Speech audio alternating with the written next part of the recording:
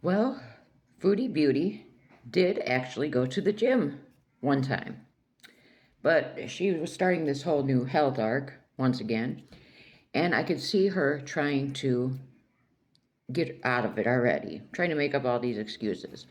Like I said, she did make it to the gym once, and she went on the treadmill, and she was surprised.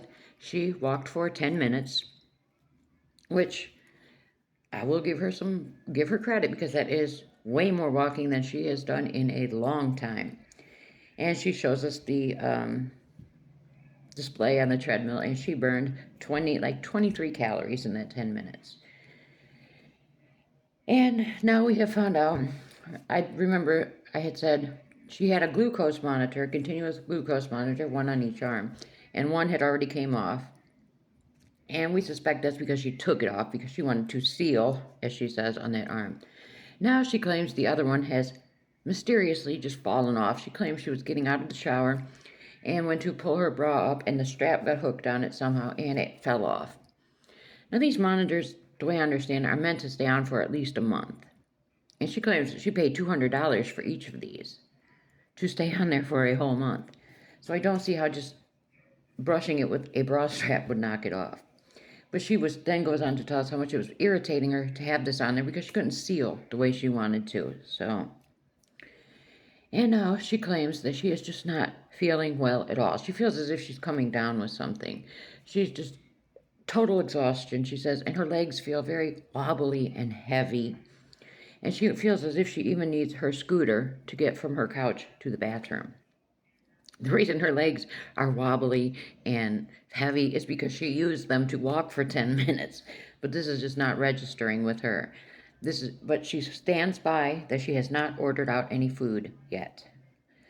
She claims she's also feeling extremely nauseous from the Ozempic she's big on. She put it all together saying that's probably why she doesn't feel good is it's the Ozempic. And mind you, she's only been on this maybe a week. And yes, it is possible to get the side effects that quickly. Of course it is. The first dose you can feel the side effects. But I would think for her, she needs to power through them because she has got to quite a desperate point here. I mean, she can't walk from her bathroom to her kitchen or her kitchen to her couch or her couch to her bathroom without being completely winded. It's to the point of being scary.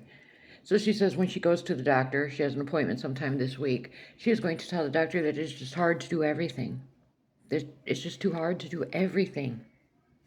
So I think she's setting us up to be, I quit the Ozempic. I lowered my dose on my metformin again because I just don't feel good. I can just see this happening.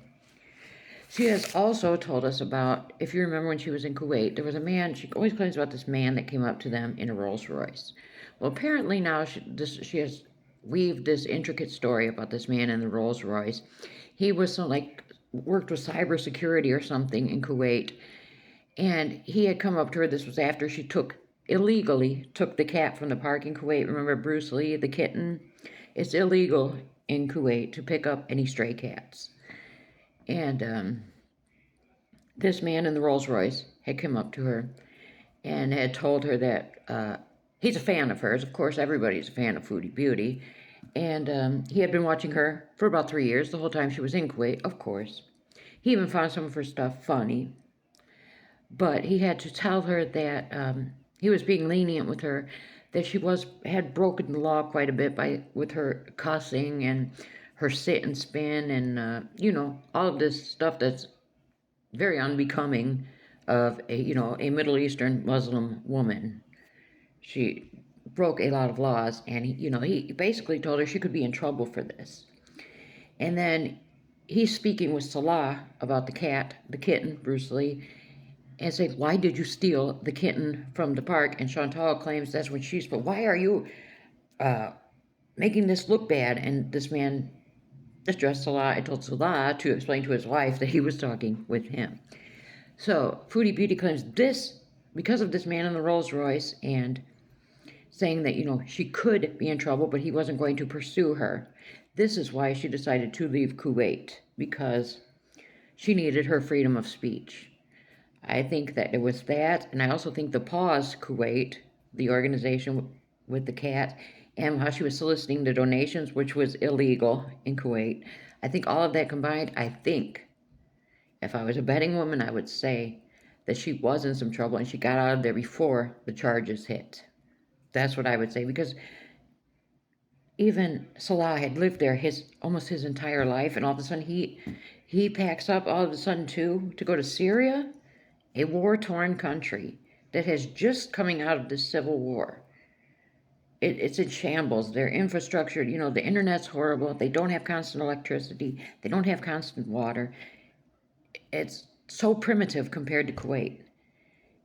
And all of a sudden he hotfoots it over to Syria too? No, she got them both in some serious trouble, I believe. And she also claims now she slipped up and didn't even realize it. She says, and Kuwait was good to me. I was there, 2 or 3 years, and most of the time on a tourist visa. Really? She had told us that when she was taking these trips every 3 or so months out of Kuwait, it had nothing to do with her visa. She was playing. That's another thing. They may have found out she was playing with the whole visa system there too. I mean, you're there 3 years on a tourist visa? That can't be legal. So her whole stream then was just her laying on the couch. And then at the one point, she tries to get up off the couch. She rolls to her side.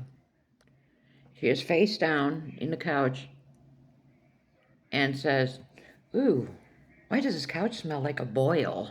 And you remember she had the boil near her fupa, as she says.